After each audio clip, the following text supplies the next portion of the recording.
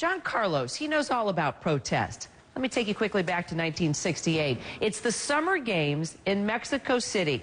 John and Tommy Smith received their medals, full of pride, and then as you can see here, the fists.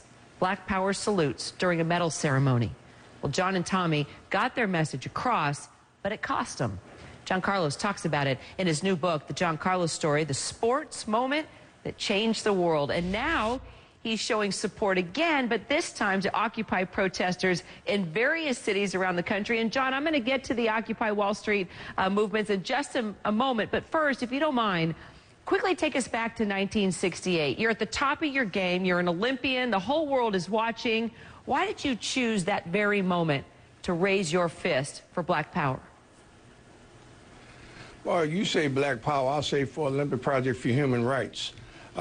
Merely because I was a black man, you classify that as Black Power. Had I been a white individual, I don't think they'd call it white power. But in any case, I felt it was necessary to make a statement about the plight of people of color, not just in the United States, but throughout the world, in terms of us being classified and depicted as second-class citizens. We felt there was enough time that society would move forward and try and make it a level playing field.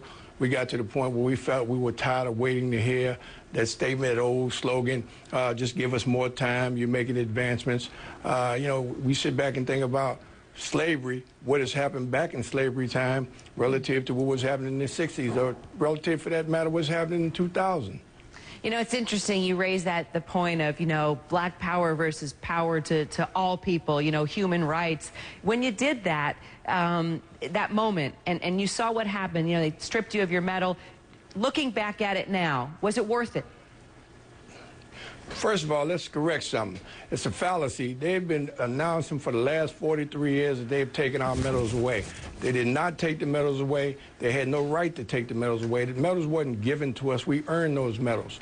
This is the propaganda that's been put on for the last 43 years to intimidate every young individual that might go to the Olympic Games and make them realize that I don't have a view as a citizen of this society. I have to just stay forward and focused on that Olympic gold medal. Well, I tell you what, and John, I'm going to be full disclosure here with you and our viewers. We had a number of technical difficulties trying to get audio connection with you, so our time became limited, and we're hitting the top of the hour. And I just want to thank you for joining us. I could obviously have a much longer discussion with you. There you go.